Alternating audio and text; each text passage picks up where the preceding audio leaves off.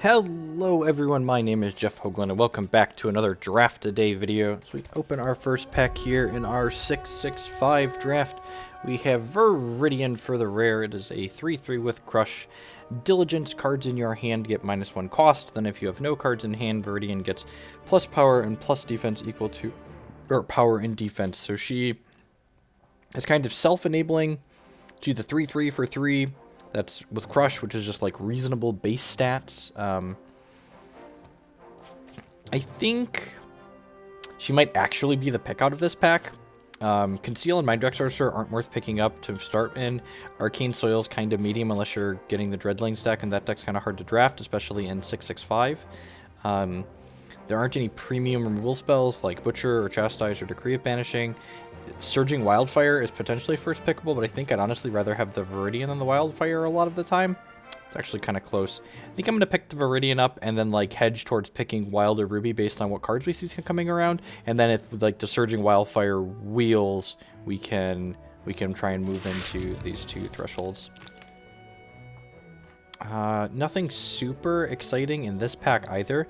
The commons are all a little bit medium. Deepwood Draka is probably the most playable. When you conscript the troop, it gets all the socketed powers of this. It also keeps pushing us towards Wild. If we end up in Ruby Wild, this could have a Valor gem in it, which is okay, you know. Having your conscripted troops all make Valors is not completely unreasonable, so I think I'm going to pick that up. I don't think Zap is second pickable. Ashwood Minstrel is definitely not second pickable. Neither is Apprentice Earthcaller. The other uncommons are all still kind of mediocre, so I'm going to go ahead and grab the Draka here. There's a lot of Ruby and Wild conscript cards, so we could get a Conscripts Matter stack with these two shards for sure. And again, we're like not committed to playing our first pick necessarily either.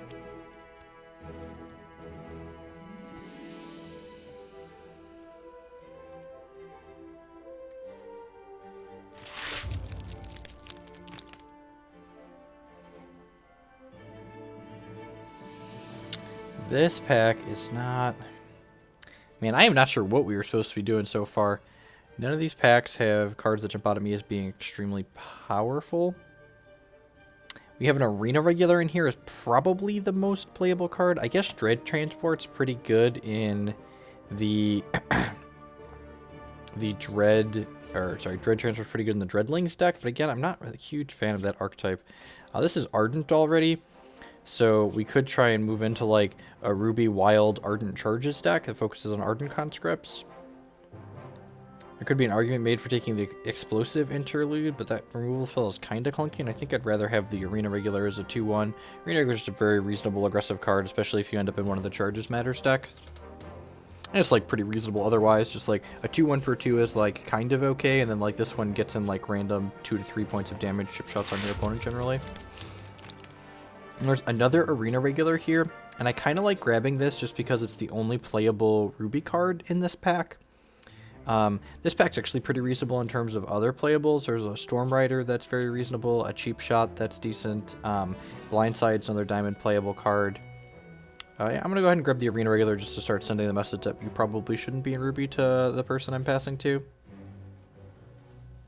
Start moving in on that potentially.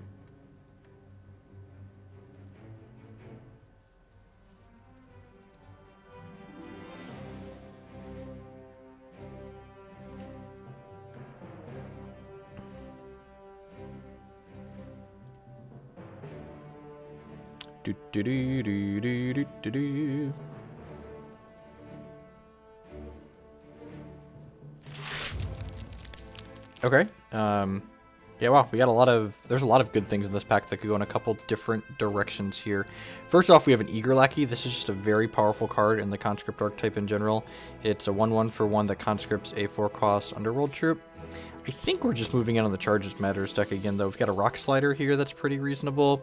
I wouldn't mind if the Surgesmith, the Explosive Interlude, or the Blitz come back around out of this pack.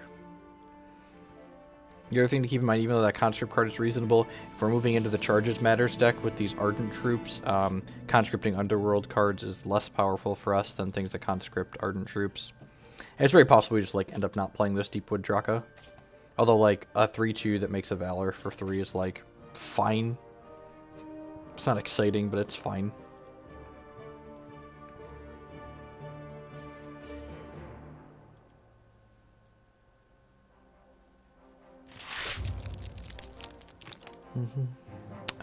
This pack's got a few different things in it. The Draka Outcast here, if we wanted to try and pick up more conscript stuff.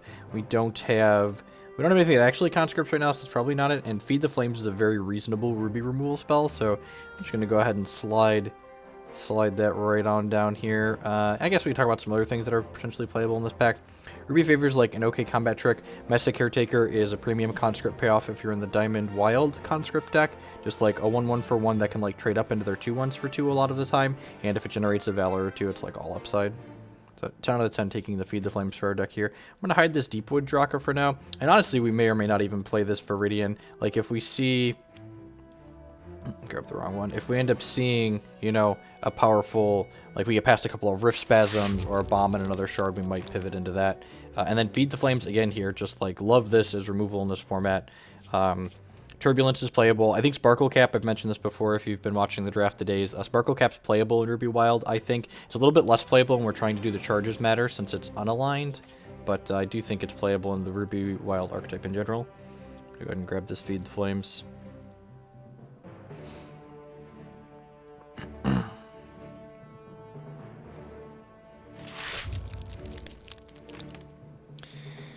This pack has a couple different directions we could go.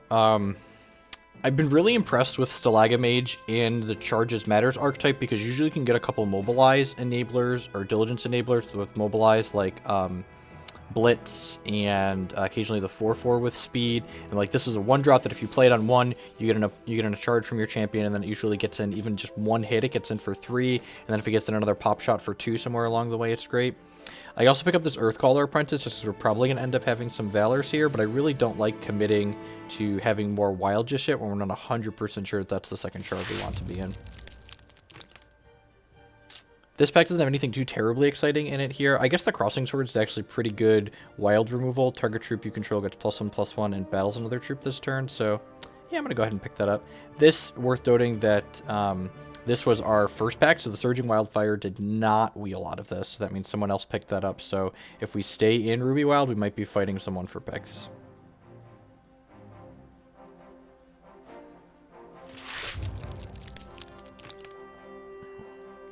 This pack could go in a couple different directions. There's a Zap here.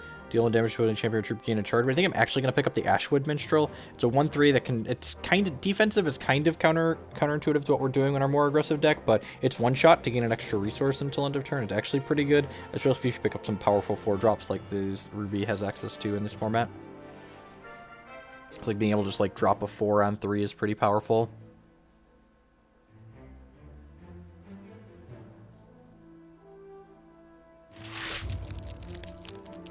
This pack doesn't have anything too terribly exciting in it. I grabbed the Deadeye Invoker, but we're almost certainly not going to play it. I'm going to go ahead and pick up the Rose Kittens, because if we draft an absurd amount of Rose Kittens in the second pack, like maybe we end up playing them. But again, kind of lackluster in the Charges Matters archetype when we're trying to focus on Ardent Troops to go alongside our cards that pay us off for gaining additional charges. I don't think Wild's Favor is particularly playable in this deck, but it's probably also just like the best card in this pack, so I think I'm going to go ahead and pick it up.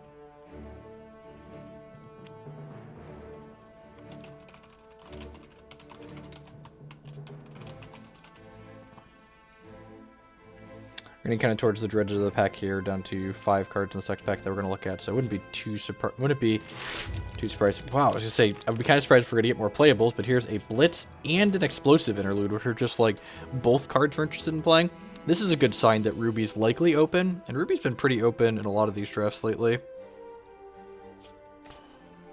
I think I'm going to grab the Blitz just because Blitz is really good with Rock Slider since this gains Crush, and it's an enabler for Stalagamage. I guess I'll grab the Snarling Brave. It's an Ardent Troop that's also wild. That can accelerate us. Might honestly be better than the Minstrel. I feel like I'm not going to play the Sparkle Cap in an Ardent Charges Matters deck. In the Turbulent, we might even start in the main, but we'll 10 out of 10 board it in if we don't start it in the main at some point. The Diamond Flyers archetype is very good. Alright, let's get some bombs here. Bombs, bombs, bombs, bombs.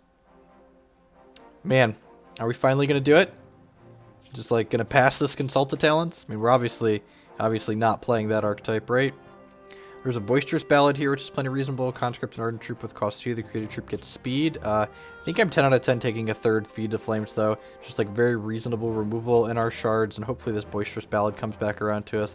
This Blitz wheeled along with the other one, so... there could also be an argument here to pivoting to take the Chastise, but I don't think that's worth it. I think I'd rather just like stay on shard for this. This pack doesn't have anything exciting in Wild or Ruby in it. I don't think Gain Ground is great. Maybe it's fine, but it's definitely not pickable now. None of these uncommons are particularly exciting. Gravebane Vial is okay, but I don't think we're playing it. I think I'm actually going to take the Cheap Shot out of here, which is like one of the best removal spells in the pack. I think it's marginally better than Vanquish, but that's close.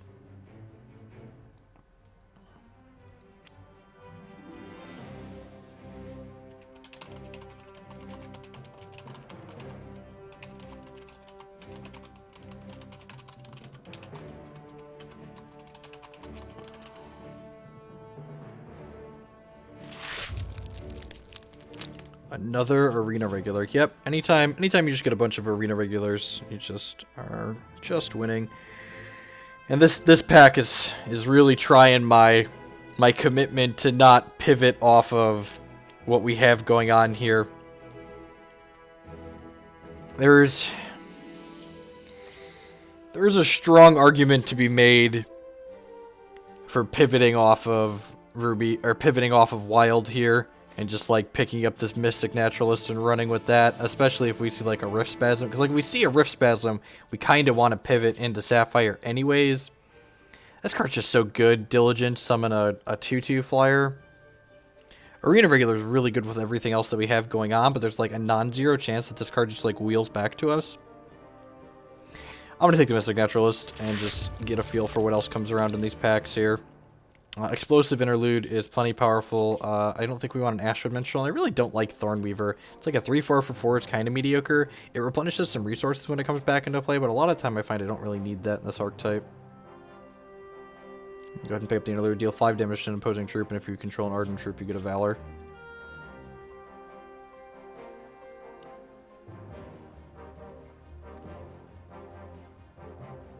So... may or may not end up with a Sapphire Splash here.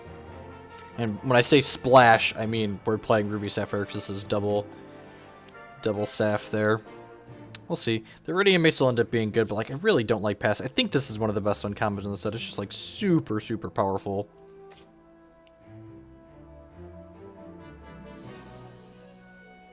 See what else comes around here. Maybe we'll get really lucky and like get a Rift Spasm pass to us too, and then like have Naturalist and Spasm and have a good reason to move into Ruby Sapphire. Look at that. Sometimes I get by with a little help from my friends. If we're really lucky, the Rock Slider will wheel back around to us. I'm just going to hide this Crossing Swords and hide this Viridian here. It's, you know, you just got to believe. Maybe I should have just snaked that Consult the Talents in that first pack and just believed and just like never passed a Consult in my life, always end up playing it. And then we got a Mystic Naturalist, like, well, I've never passed this, but I've passed both of them. Yeah, another Stalagamage and a Blitz in here. Which of these two is more likely to come back around? I feel like the Stalagamage is more likely to come back around. I think our deck actually wants the Stalagamage a little bit more than it wants the second Blitz, but I feel like I'm more likely to see the Stalagamage come back, and especially with like this Mystic Naturalist, I'm looking for more ways to enable Diligence with it. Hopefully we get 1 to 2 more Rock Sliders that wheel in this pack, so it's like stacking up Blitzes is pretty good in this archetype.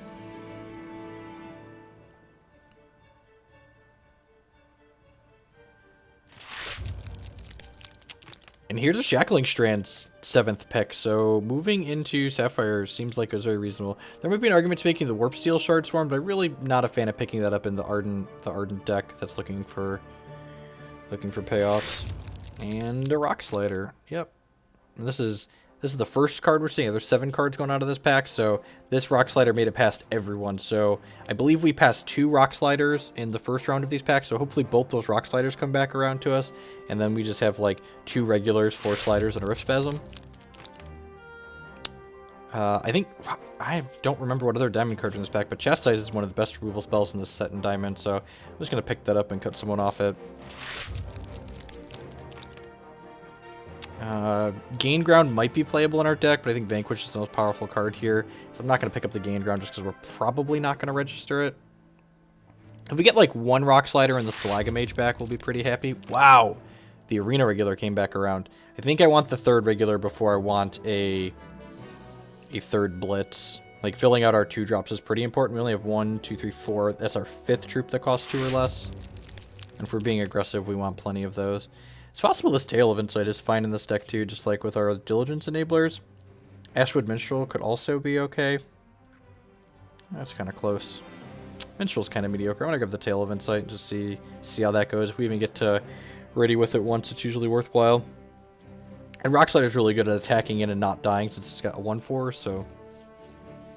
Bone, Rock Slide, and Stalagamage Wheels here. Gallant Duelist. Playable card in the archetype, 3/2 with speed, gives us a Valor as an Ardent Troop.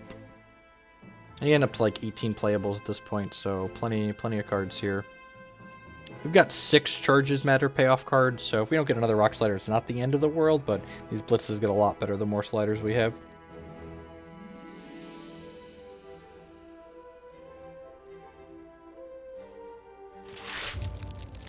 Rats, I don't think they're going to come back around. Alright, I'll grab the Earthcaller.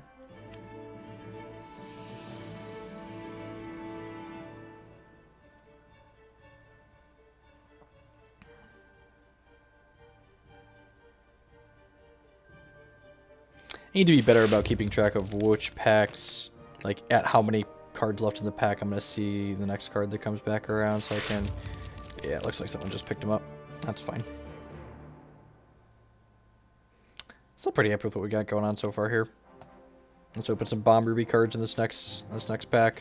Actually, what would be sick is if we hit an Astral Sight, since we got these 3 regulars, like draw 3, deal 3 to your opponent. Alright, nothing super exciting in this pack. I guess Blamesmith, it's okay. Like, I guess it constitutes a bomb, right? It, like, comes down. We've got a lot of troops in our deck. I think I'd rather have Freebooter, though, actually. Like, we're on Ardent Matters. This is, like, a pseudo-removal / threat. And we have 3 Feed the Flames for Scrounge already. So, yeah, I'm going to go ahead and grab the Freebooter out of this pack. Just get her all booted up here.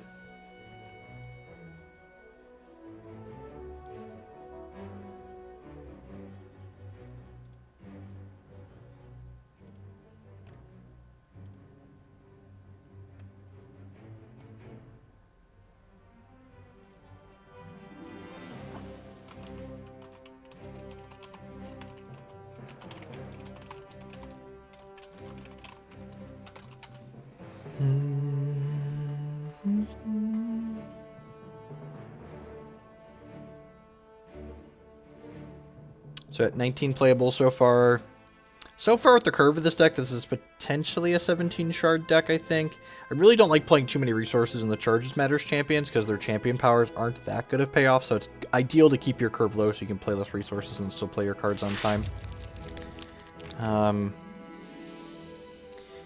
We have a Rocket Rider, Scrounge 2, gets Rage 2 with Flight and Speed. There's nothing super exciting in this pack, honestly. That might be the pickup, but I really don't know if we're going to end up playing it. I might just stake this Jet Cadet. I don't know if he's going to make the cut because he's an Underworld troop, but like a 2/1 flyer for 2 is like fine against the non-Ada decks of the world. Against Ada, he's definitely mediocre because like it's a 2/1 that like trades for half their champion activation, but if it's just like getting in 2 to 4 points of damage in the air, it's like great.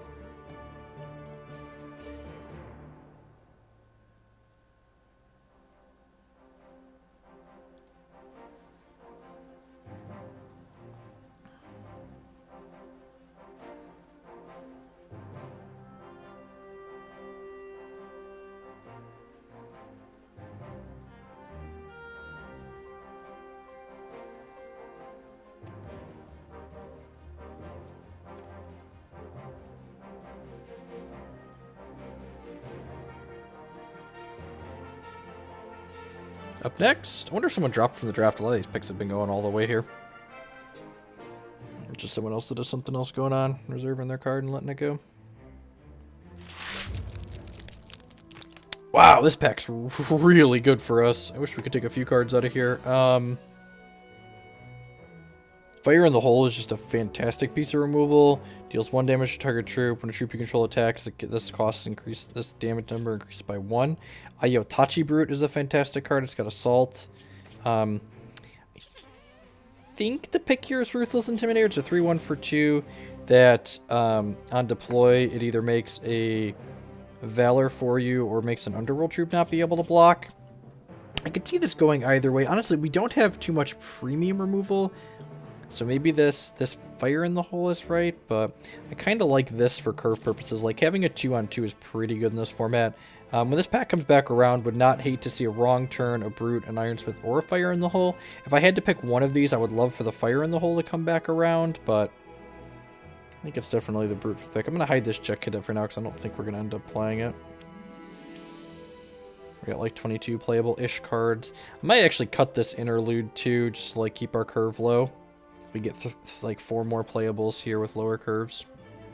Lower spots in the curve, just like top it out at a couple of 4s here. Do I risk it for the biscuit? There's nothing else particularly impressive in this pack in our shards.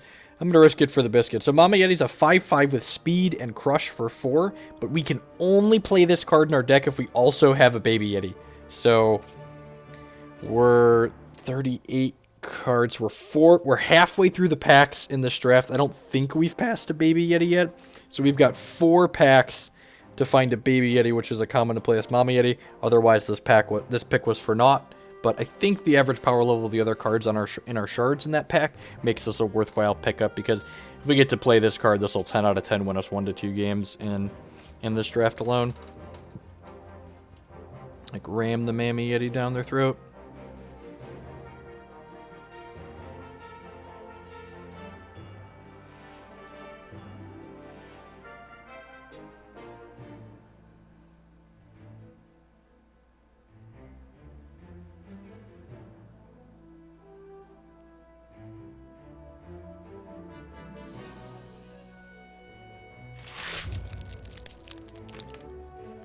This pack doesn't have anything too terribly exciting in it, and it doesn't have a baby. That's sad. I think I'm gonna grab this Trash Butte in case we come into someone that has artifacts that we want to break up. So transform an artifact into a Valor and puts it into our hand.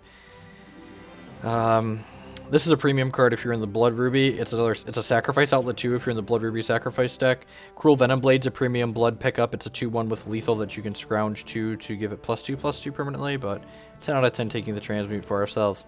Yes, I need everyone to channel their chi from the future back to me and put a Baby Yeti in this next pack or the pack after.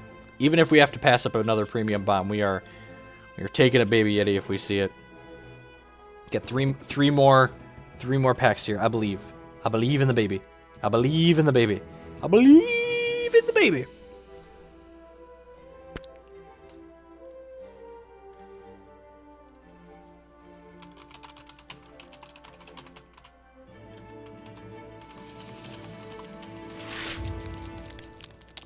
Oh, 2 packs left. 2 packs left. 2 packs left. We can do this. We can do this.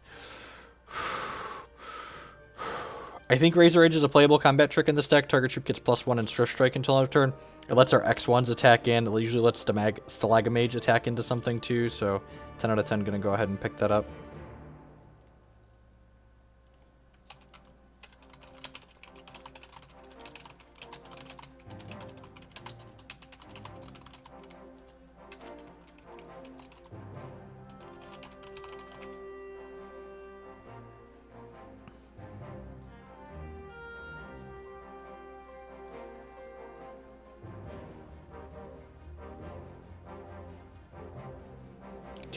Two more, come on. Baby, baby, baby, baby, baby, baby, baby. Yeti. Yeti. I feel like someone who passed this Mama Yeti, like, had a pack with a baby come to them and were like, yeah, we passed a mama, we're gonna get him. Broodnet's a playable removal spell. It exhausts the troop, and then that troop gets the start of your turn. There's 3 power left, re-exhaust it. So, important to note, you can use this on a card that has more then 3 power just to exhaust it for 1 turn, but it won't re-exhaust turn.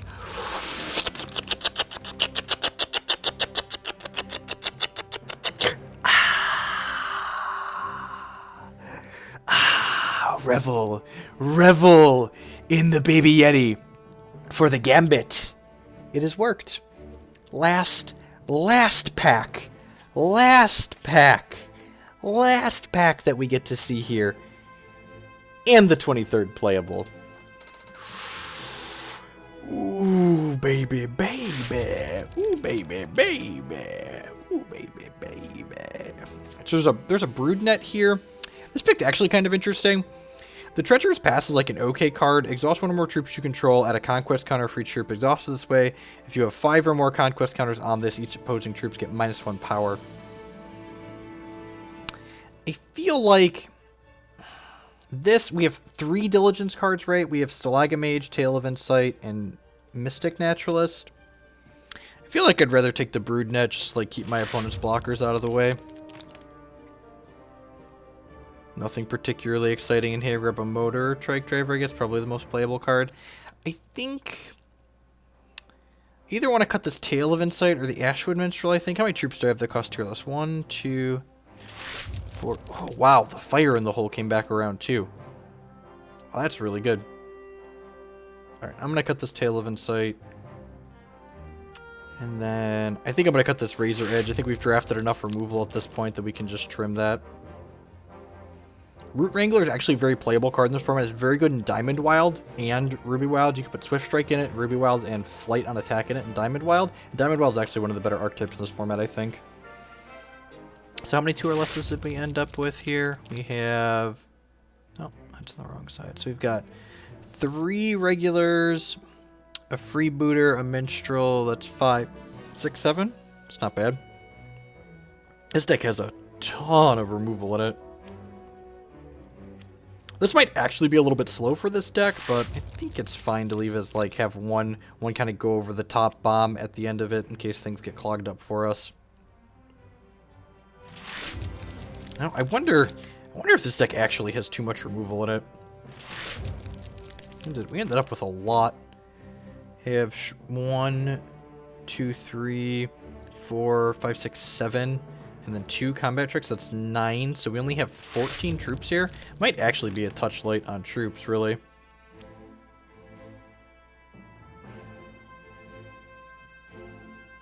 Not much we can do about that now.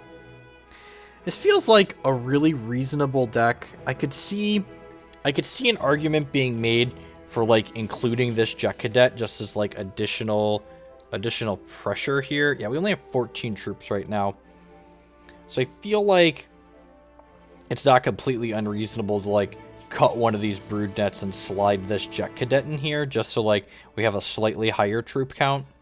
I think I'm going to give that a try. I wouldn't be surprised if I end up swapping this back at some point, but, like, a 2-1 flight for 2 in a deck that has an aggressive slant I think is perfectly reasonable. I think we're going to go 10... I want to go 10-7 on the resources here. Yeah, rubies are... Well, Sapphire is mostly a splash here. Only got 26% Sapphire. We do have a double Sapphire card on 4, but we're still going to get to use that some amount of the time. We're going to go ahead and grab High Cleric Marzul for the Ardent Charges Matter champion, and that's going to do it.